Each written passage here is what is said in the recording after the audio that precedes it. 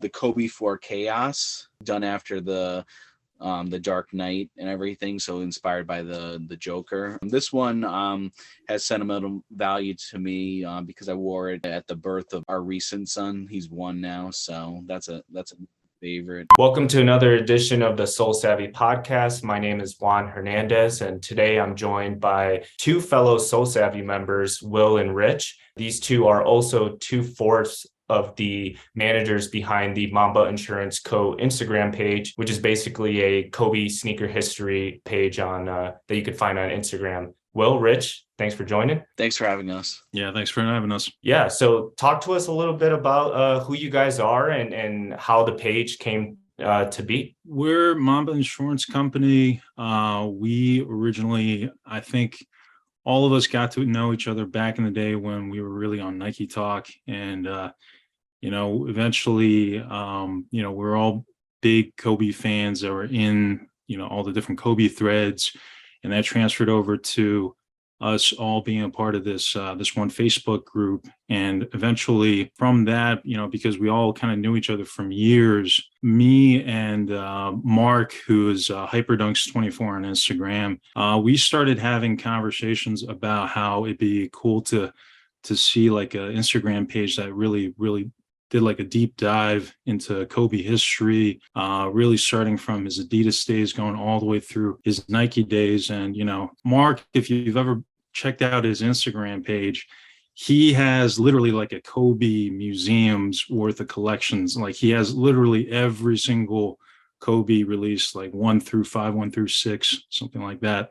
And I would joke to him, hey man, you got like a Kobe museum. You really should just kind of open something up someday. And just from some of those conversations that we had, because we would see other accounts that would do in-depth look at Jordans, and we didn't really see like an account that really looked at the history of the whole line. So we started having conversations about getting something started, and then from that, we also started having conversations about, hey, I mean, we didn't want it to be just the 2 of us, so we recruited Will, we recruited Daryl, who's brother _D on Instagram, and really just kind of kicked off some conversations through that and started the page that way. Obviously, it's a very unique name. Where did that inspiration come from? Can you tell a little bit more about that, the backstory of how the name came to be? Yeah, it was really inspired by the ankle insurance Kobe commercials for the Kobe 4. I don't know if you remember from back in the day. And the name of the ankle insurance that he was selling, it was a fake company name called Ankle Insurance Company. So we really just kind of did Mamba Insurance Company as sort of like a tribute to that commercial. And that's really just kind of where the inspiration came from. What is one of the things that you hope people kind of learn from the page when they visit it? I know you guys, obviously have been posting a lot of really cool and older PEs, but like what's one, if you had to pick one thing, what is that you want people to know about the page? I think we just hope to be just kind of like a resource. I don't know what Will's take on it is, but I know for me, I really just kind of hope that it's a resource for fellow Kobe fans that they can go to look back at, maybe some older PEs or colorways, either to reminisce on some things that they had, or just to kind of learn little tidbits about, the Kobe line throughout the years and stuff like that. So I think for me, it's just like another resource for fellow Kobe fans to really dig into. Yeah, just to piggyback off that, definitely the same thing, just as a resource for people that don't know much about the Kobe line. Big thing like nostalgia, because some of these shoes you may never see again. So it's definitely maybe a Kobe fan remembers that particular game, which we've highlighted, Kobe wearing a particular colorway, just to give them some sort of nostalgia and like, oh yeah, I remember these. Like that's what I want to get out from have people see from the page as well, and to learn some tidbits and things like that, like Rich said. Obviously, the nostalgia part of it is such a driving factor in sneaker culture in general, right? Tony and I actually were just talking about this off stage. Speaking of nostalgia, just yesterday was 17 years since Kobe dropped 81 points on the Raptors. So, just things like that, I think are really cool to kind of look back and just, remember that specific moment and be like, oh, okay, I remember I was here. I remember I was doing that. So I think that's a really cool tie-in. Transitioning into, the Nike Kobe relationship, we've seen a lot of news come out recently, about how there's going to be new Pro series this year. We got some new colorways coming. What are you both most looking forward to in 2023 when it comes to Nike and Kobe? I just want really concrete info, like what are we getting, when are we getting it? And the biggest thing for, I think, all of us, like all of us Kobe collectors, like more pairs. Like we deserve that after a few years, and especially like what happened to the Kobe line and things like that. So definitely more pairs, and in the concrete info, like what are we getting, when, and how do we get it? Are they going to be in stores? Things along those lines. So. Yeah, likewise. I mean, I think ever since, Vanessa and the estate re-signed with Nike, I think there's just not been a lot of information out there. I think there was like the Mamba Cheetah drop that happened, and then the announcement. But there hasn't been a whole lot about really like a lot of the information that we've been seeing through like little leaks here and there on social media. So I think some more clarity from Nike just in general about, what kind of direction they want to take with the Kobe line would be good. And then like Will was mentioning, just like really just upping sort of the supply of some of the shoes, just because it's been so difficult, last 2-3 years trying to get hold of Kobe's. And, with the Kobe line, there's such an emphasis about, performance and, really playing in your shoes. So it's really kind of a shame that, they're so hard to get a hold of. And, even once you do cop a couple pairs of Kobe's, you're like, well, I just spent like $400 or $500 on these, do I really want to play in them? And that's really what, Kobe wanted you to do, is, wear your shoes, play in your shoes and stuff like that, because he was all about performance. You shouldn't be second guessing, I guess, right? It is like they should be on the court, right? You should have no problem getting to wear them. I think on the stock front, right? Like we've seen random shock drop on Christmas, right? We saw of the Grinches that came out, but again, that who knows how the stock was so limited, no one really knew about it. So I'm hoping this last year or two, they've kind of ironed out some of those things, and in 2023, there's going to be renewed energy, and they've learned from some of the consumer habits that are going on now. So from a performance standpoint too, what is one thing that you guys hope to see in a Pro, or especially I guess the rumor is the 8 is going to get the Pro? What is one thing performance wise that you guys would love to see? The criticism of the 8, from what I remember when it came out, though, was the fact that the lunar lawn would bottom out, though. So I think, having like a Zoom airbag or something, upgrading the foam that they used, whether or not they use React or something else, would be a good thing, just to give more longevity to the cushioning, because I think that was really like the big criticism when it originally came out. So that'd be it for me, just as an example. One thing I did notice is the squeaking on that one. Like whenever I wear a pair, it's constantly squeaking and things along those lines. But yeah, other than that, that's like just kind of to keep the comfort, like improve the comfort, and things along those lines. So any specific colorways you guys are hoping will come back to with 8? I would love the sulfurs. I have them up in the box right now, and then the purple fades. Like those are my two top favorite Kobe 8 colorways outside of the Kobe. Those two come to mind the first and foremost. I think another one would be just seeing like some of the PEs that Kobe wore. Like I think the one that really stands out to me would be the nickname would be the Amnesties. I don't know if you guys remember, just like a black upper Laker away looking colorway that he wore during a game against the Mavs after Mark Cuban said that the Lakers ought to amnesty him, and that's where the nickname came from. So like that, for example, I mean, he had a couple really fire Laker PEs as well. Some of the stuff that he wore on court that they didn't necessarily drop back then would be stuff that I'd really like to see. If there's one moment that there hasn't been a colorway created, but that, let's say Nike tapped us in and asked, what is one moment that you want to see in a Kobe colorway? Do you guys have anything like special that stands out, whether it was a game, like an iconic shot, a dunk, whatever it might be? A dunk for me would be the dunk that he had on Dwight Howard when Dwight Howard was a rookie. Yeah. I think he was wearing the Huarache 2K4s for that game. It was like an all black pair.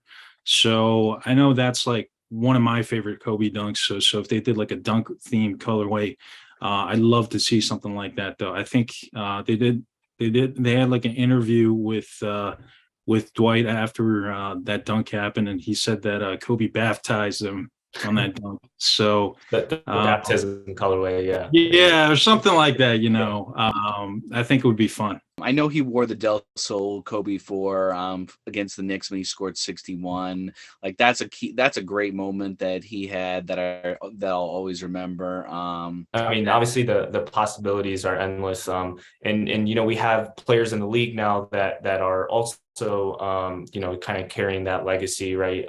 The likes of Booker, DeRozan, they're always kind of having their own PEs as well. We even saw with PJ Tucker last year, right? He had his own colorway as well. If there was an all-star team when it comes to player PEs, like who do you guys think is leading the charge? Like an all Kobe team, I guess, if you want to say that. You could pick 2 or 3 players that kind of come to mind for you guys. You got DeMar. He'd be top. Definitely Isaiah Thomas. He was playing. He had a lot of great Ps. So those are my top 2. Probably have to go throw Booker in there just because he's also consistently wearing Kobe Ps. And then also, I guess like out of the younger guys, even though, I mean, I guess technically he's getting his own SIG pretty soon, but Ja, while he was also wearing a lot of Kobe Ps, or actually not even Ps, but just like classic Ps or classic colorways. And I think PJ Tucker, I think you got to throw in there. And Tony said it, Tobias Harris, like he's worn a lot of Kobe's too, and he's had some great Ps that we've featured before. So yeah, he's up there. In terms of newcomers, I think you put Josh Giddey's still pretty new. He's been wearing Kobe's on the court. He had a couple customs that were done that we featured a couple weeks ago. Yes, he'd be a new guy you could add to it. He'd be a bench player right now. Yeah, working his way up for sure, though. For sure. Yeah. When it comes to like you're mentioning all these different features that you guys have had, is there one that sticks out that you guys like dug up or you did the research on and even you guys learned something new about it, or it was like, oh wow, I didn't realize at the time like how special this colorway or this PE was? I know for me, one that stood out was the wedding colorway, the wedding PE of the Kobe 4s that PJ Tucker was wearing. Though he actually had like a whole interview through his shop, The Better Generation, talking about how he got to handle that though. So I know originally when I started researching that, I would find little tidbits here and there, and then I found the interview, and then I started getting digging more and more into that and really getting like a full backstory on where that colorway came from though. So that one was pretty interesting for me. I didn't realize that Steph Curry wore so many hyper dunks.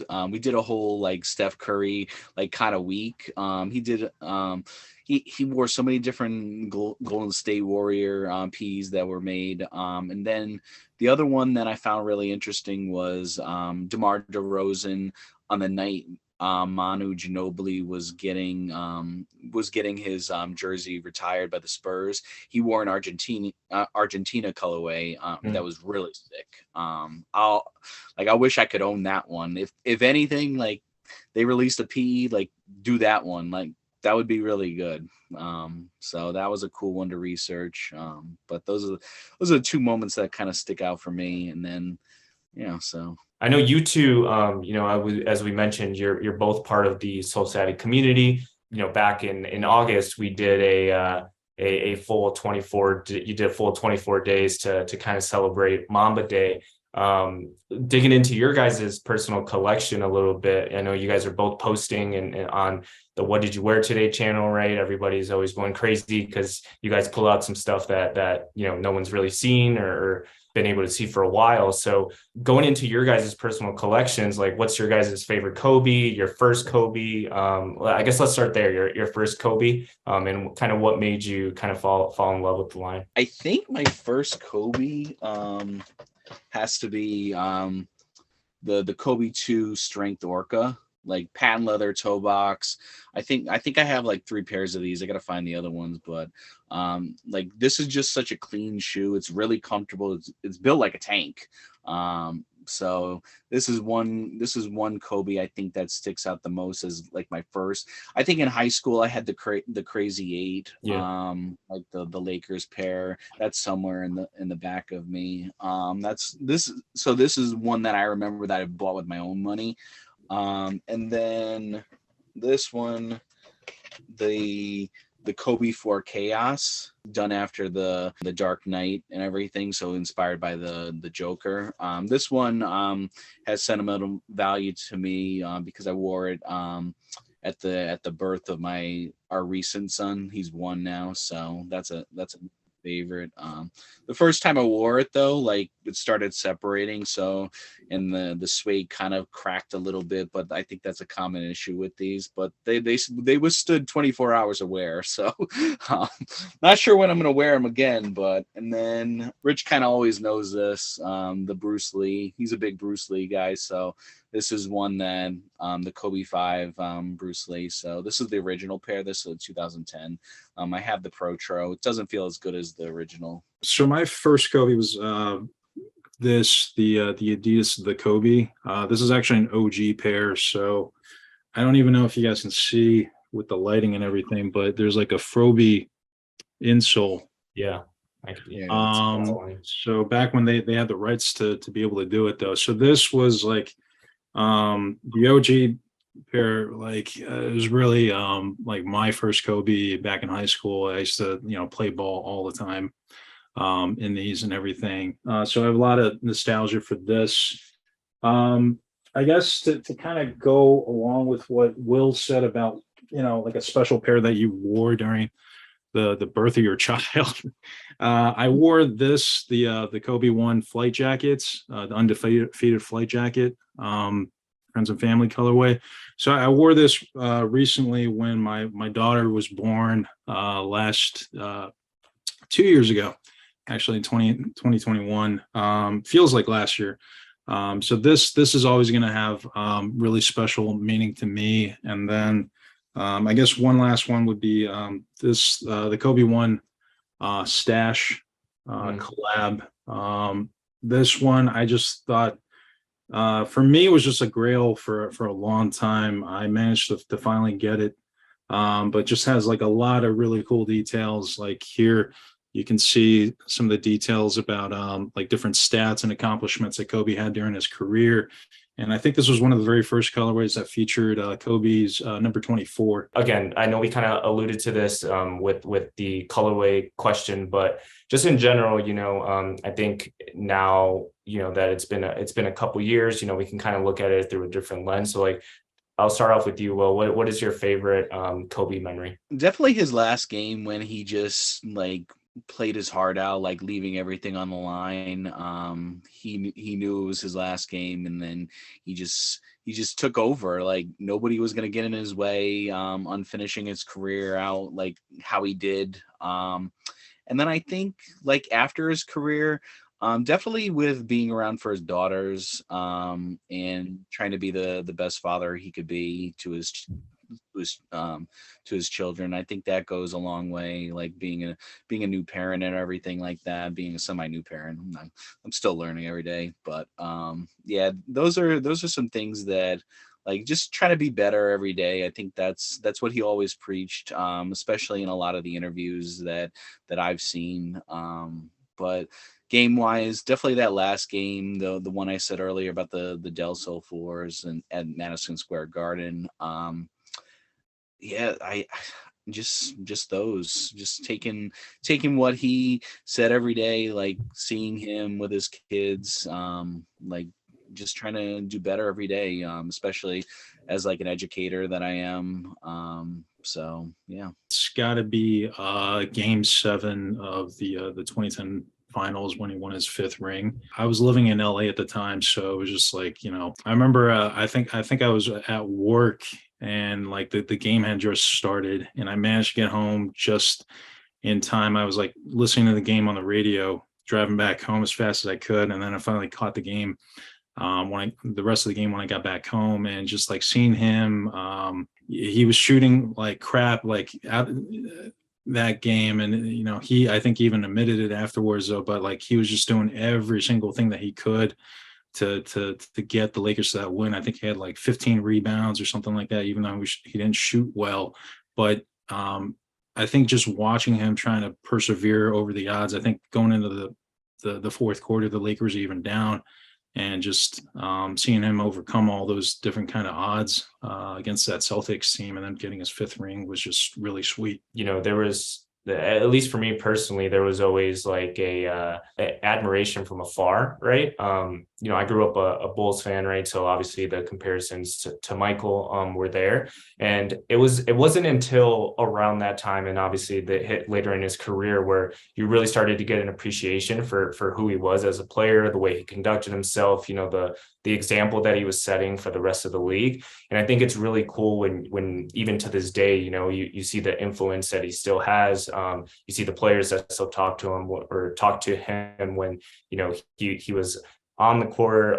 Even now, the way they talk to him, I think that's kind of like his lasting legacy. And that's something, that'll continue on forever, which I think is really, really cool. I think that that Redeem Team documentary on Netflix did a really good job at like showing like how influential Kobe was on those guys being so young, especially LeBron, Wade. Like they looked up to him, and he brought them across that finish line to get like so they wouldn't stink anymore. That is what he said in the documentary. So yeah, you could definitely see his greatness as a person and as a player through that documentary. So to piggyback off that just a little bit though, if I had to pick a second memory for me, it was that Redeem Team run, just because I was lucky enough to be in Beijing for the 2008 Olympics. So being there for seeing the vibes like all around, I managed to go to one of the games where they played, and just like seeing the whole entire arena, even though I was in China, going crazy for him, and like the rest of the USA team was insane. That's actually, that's the USA jersey that I have right now. It's the Kobe one. So that's awesome. I'm glad that, that I think again, that was like right around the time where I was like, man, this guy's incredible. I finally was able to kind of really admire him. Let's just do some quick hitting questions here to kind of round things out. We have to know, how many Kobe's do you guys actually have in your collection? I always say 175 plus, but I think it's more like 200 now. Like I think I've acquired because I've been going back and finding other things like that I need. With like Adidas releasing their Kobe shoes over the past year, I grabbed a bunch of those. I even went to get I'll show you because I have it right here. This is a Kobe 2. And you can see the I don't know if you could see the Froby on the back there. Yeah. This I paid $140 off eBay, so this was a ridiculously great deal. So I just started researching like finding Kobe's like that I didn't have and that I needed. So so probably over 200. Pretty much around the same range though, like 200 something. I think I gotta shout out Mark though. I think he's probably like 800 something from from our Mom Insurance crew. I mean, he's got an insane collection. He's got like doubles, triples of a lot of stuff. So I guess transitioning into like SoleSavy too, like what are your guys' some of your favorite like cops or something that you got off of SoleSavy, whether it could be Kobe related or if there was like a favorite again moment. Yeah, just kind of curious on that.